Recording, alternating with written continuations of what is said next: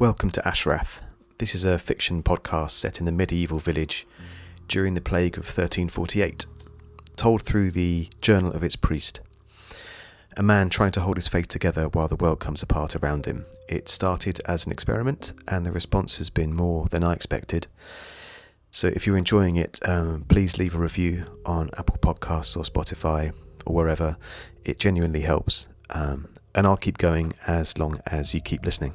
Thank you. Chronicles of Ashwrath, Episode 3, A Devil in the Fireplace. England, 1348. They have a word for it. Not witch. That is the word they use in daylight. The word that has weight and edge, and does the work it is sharpened to do. The other word. The one that moves in whispers, that passes mouth to ear like a bad coin changing hands, that nobody mints and everybody spends. I have heard it twice this week, without being meant to hear it. I heard it once from Thomas Aldred, who was speaking to the miller at the edge of the churchyard and stopped speaking when he saw me coming. I heard it once from a child, through an open window, and the child was repeating something an adult had said, in the way that children do, faithfully, without comprehension, with the bright, terrible accuracy of a mirror. The word was Edith Crow's name. I am sitting in the vestry with the chronicle open at the 21st of October, and it is the 21st of October, and for the first time since I took custody of this case and its 7 volumes, I have the sensation of reading something as it happens. Not the past laid out like a country I can walk through at leisure. The present. Tonight. The fire I can hear through the stones of the chapel wall, the one that is burning somewhere to the north of the dye works, the one I have told myself twice is a bonfire, and have not quite believed either time. There is another thing I have not quite believed, but I will come to it. I am going to read what the chronicle says, then I am going to do what a priest does, which is witness it. It is the only thing I have left. The fire is in Thomas Aldred's yard. This is what the chronicle tells me, and this is what I hear through the chapel wall, muffled and orange and too large for a bonfire, too purposeful for an accident. Thomas Aldred has been building towards this for 6 days, with the patient industry of a man who believes himself to be doing a necessary thing. He has spoken to the miller. He has spoken to the tanner. He has spoken to 3 of the men who walked with Vale through the wood looking for the marsh girls, which is to say 3 men who have recently been in proximity to the inexplicable and have not yet decided how to carry it, which is to say 3 men who are frightened and looking for somewhere to put the fear. Thomas Aldred is not a wicked man. I have said this before, and I will say it again. He is a man who watched his son nearly die, and who found when it was over that the shape of the world had changed, and the change had a name and an address at the end of the lane past the dye works.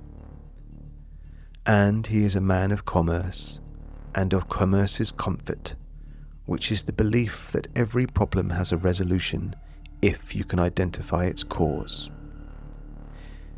He has identified the cause.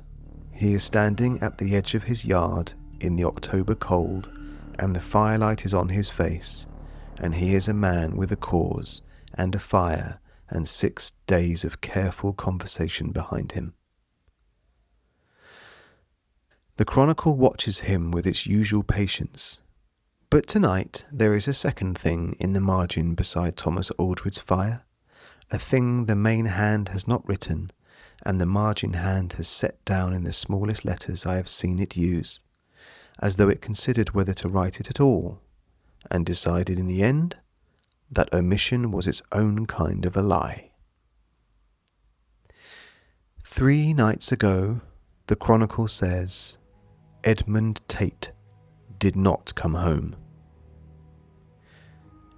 Edmund Tate is a drover of no particular account, a man of 50 years with a drover's hands and a drover's habit of rising before the light and going to bed before the dark. He keeps cattle on the south pasture. He sleeps badly and knows every sound the village makes in the hours when the village believes it is not making any. He went out on the evening of the 18th to check the pasture gate, and he did not come back. His wife raised the alarm on the 19th. The village folded it in to the general arithmetic of loss that this autumn has required everyone to keep, and moved on. He came back on the 20th. The chronicle records this in the main hand without comment as a fact. Edmund Tate came back, and he was well, and there was no mark upon him, and he could not account for the missing night and a half, and he said he had slept in the field, which is not a thing Edmund Tate has ever done in 50 years of tending cattle. His wife said he was cold, not cold as a man who is cold who has slept in a field in late October, shivering and stiff, cold the way a stone is cold, cold the way the vestry floor is cold at 5 in the morning before any fire has been lit. She built the fire up, and he sat beside it, and the warmth did not seem to reach him, which she told the chronicle, and I understand now what the chronicle means when it says it knows things before they are spoken. She told no one. She has told no one. It is in the margin, in the dark observing hand, as though the dark observing hand was the only witness she has. Edmund Tate's cattle are quiet. They have been quiet since the 20th, not calm, quiet. There is a difference between an animal at rest and an animal that has stopped making noise because it has learned recently, and at some cost, that noise draws attention. The chronicle knows the difference. So do I. Joseph Vale came to me this morning, early before the offices, while the mist was still in the low places and the churchyard was the colour of old pewter. He sat across my desk and put his notebook on the wood between us and looked at it for a long moment before he spoke, the way a man looks at a thing he has been carrying and is considering whether to put it down. He told me about the Bootprint, the one at the wood's margin, man-sized with its grid of small squares, each the same depth, each corner sharp as cut stone. He told me he had shown it to no one, and had told no one, and had been in his professional capacity reading the ground of this country for 20 years, and could not account for the mould that would make it. He opened the notebook and showed me the drawing. I looked at the drawing, then Vale turned the page. He had been back to the wood's margin on the night of the 19th.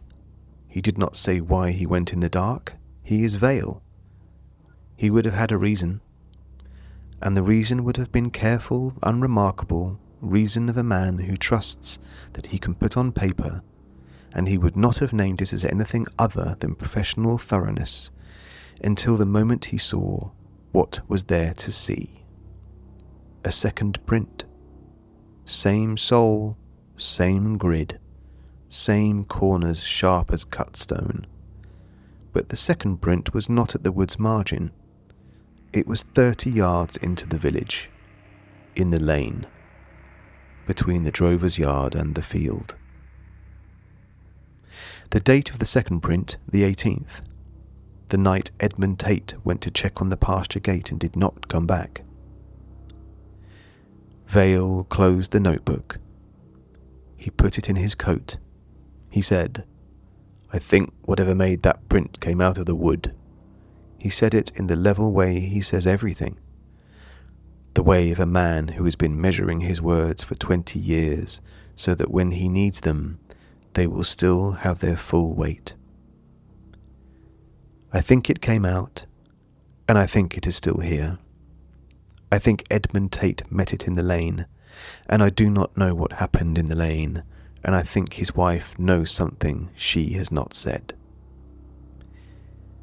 He has asked whether I would come with him to Edith Crow's house. I told him I would come. I needed an hour. He went away and I opened the chronicle and I read what it knew about where we were going and what would meet us there. And there was something else in it that I will come to in its place, because the chronicle has an order, and the order matters, and I have learned this autumn not to skip ahead to the part I am most afraid of. Past the dye works, past the last good fence, past the place where the village stops pretending to be a village. I know this path now from the chronicle's account of it. Walking it in the flesh is a different matter. The lane narrows past the dye works, and the ground grows soft, and the smell of oak bark and cold water comes up from somewhere beneath the mud. And then the house is there, in the tree shadow, leaning into the hill, into the dark, into the patience of a woman who has outlasted everything that was supposed to outlast her. She was expecting us.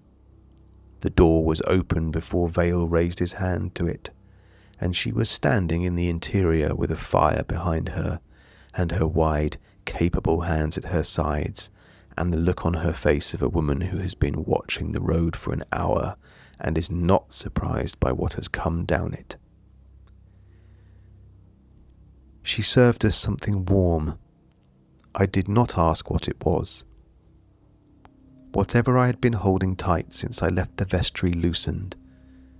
Not went, loosened. Enough to speak. She knew about Thomas Aldred. She knew about the fire. She said, "I have known about the fire since before Thomas Aldred knew he was going to make it, which is how these things usually go." She said it without bitterness, with something that was more like a doctor's description of a familiar symptom. She has 30 years of this village's fear, and she has learned to read it the way Vale reads the ground. I asked about Edmund Tate. She was quiet for a moment, the kind of quiet that is not the absence of something to say, but the selection of how much to say. She said, "Whatever came out of the wood on the 18th is not the sickness." She said it the way she says things that are true, and knows the truth will not satisfy the question and tells it anyway. She said, "I have treated the sickness for 20 years, and I know its shape. I know how it enters and what it leaves behind. This is not that shape. This is older," she said. "The wood has been at the edge of this village since before there was a village to be at the edge of, and it has not always sent the same thing when it sends something, and what it has sent this time is not the same as what it has sent before." Vale asked, "What has it sent?" She looked at the fire. She said, "I do not know the name for it. I have looked for the name in everything I know, and there are words in old books for things that feed on the living without killing them cleanly, that leave a man cold beside his own fire, that move between darkness and leave a print with corners sharp as cut stone," she said. "The name is less important than the fact. The fact is that something came out of the wood and Edmund Tate met it in the lane, and Edmund Tate came home and is sitting by his fire and cannot get warm," she said, "and it has not gone back." The fire in her grate shifted. I noticed that it did not shift towards us, as a fire does when door opens. It shifted away. A small thing, the kind of thing a man in his right senses would not record. I am recording it. I asked her about Agnes Marsh. She was quiet for a time that was either very short or very long. Outside, somewhere in the middle distance, the sound of Thomas Aldred's bonfire carrying through the dark. She said Agnes Marsh was the sharpest child she'd ever spoken to. She said this was the way you say something that costs you. Not with regret, but with precision, the way you name a thing because failing to name it would be its own kind of untruth. She said Agnes had come to her on the 9th of October with a list in her head of everything she needed to know, and had asked it all and listened to all of it, and had sat with the difficult parts the way a grown person sits with them, which is to say, without flinching and with her eyes open. Vale asked whether she had told Agnes to go to the wood. She said, I told her about the wood the way you would tell anyone about a thing that is true. I told her the wood would ask something of the village. I told her I did not know what. I told her that some doors only go one way, and I told her, this is what I did not tell the Chronicle, and what the Chronicle nonetheless knows, because the Chronicle is the Chronicle. I told her that something from the wood was already in the village, that it had been here before in other years, in other forms, and that it always came when the village was already dying of something else, as though it knew, the way a thing with patience knows, that a village in the middle of one crisis will not look too carefully for another. She said, I told her what to look for. I told her what marks it leaves and what cold it carries and the way the cattle go quiet. I told her because she asked. And she went to the tree line 5 days later, and I have thought every day since whether I told her was the thing that sent her there, and I have not finished thinking it. Vale asked, why did she go? Edith Crow turned from the fire and looked at him. She said, because she was Agnes Marsh. Because she was 11 years old and her father's daughter, and she did not stop once she had started. Because I told her what was in the wood, and she decided, in the particular way of children who have not learned that the worst things are inevitable, that she was going to do something about it. She said, I gave her the knowledge, and she made a door of it, and she walked through. And I told her it only went one way, and she walked through anyway. The fire went lower. Edith Crow looked at it. She said, Ruth went with her because she was 9, and Agnes was her sister. She said, I have thought about Ruth every day since the 14th. I believe her. We walked back in the dark, Vale with his lantern and me with nothing, which seemed right. The cold had come back on the path past the dye works, but it was ordinary cold, the cold of late October in England, the cold that has an explanation. At the edge of the lane, where the village begins again and the last good fence marks the boundary, Vale stopped. He opened his notebook. He looked at the drawing of the Bootprint for a long time. He said, It came out of the wood before the girls went in. He said, It has been in the village for at least 3 days. He said, Edmund Tate met it and came home and is sitting by his fire going cold. He said, I need to know what else it has touched. He turned to the back of the notebook. He had been keeping a second list, the kind of list a careful man keeps when he is not sure yet it is a list, the kind of list that begins as unconnected observations and accumulates until the connection is too plain to look away from. He read it to me in the lane in the dark. John Priest's dog has not barked since the 19th. Thomas Aldred's elder son, the one who should not be recovered, William, the boy who was dying and then was not, has been seen twice in the last 3 days standing at his bedroom window at an hour when no one should be standing at their window, looking towards the dye works, towards the lane, toward the direction of the leaning house and the wood beyond it. The well at the market square had a smell to it on the morning of the 20th that 2 people noted to Vale separately, and that he described to me as not the water, something in the water, something that had been in the water and was not any more, but had left the water knowing it had been there. Vale closed the notebook. He said, "What is in the 7th volume?" I told him I had not read the 7th volume. I told him it was in the iron case, and that it had resisted me in ways I could not account for, and that I was not certain I was ready for what it contained. He nodded. He said, "When you're ready." He said it in the way he says everything, without pressure, without judgment, with the steady patience of a man who has learned that the truth arrives in its own time, and arriving sooner rarely makes it easier to carry. He went to his house, I went to the vestry. Above me, the chapel. Above that, the sky. And somewhere in the village, Thomas Aldred's fire still going, still making its statement in the dark, aimed at the wrong thing entirely. The phrase is Mary Tench's. I have it from the Chronicle.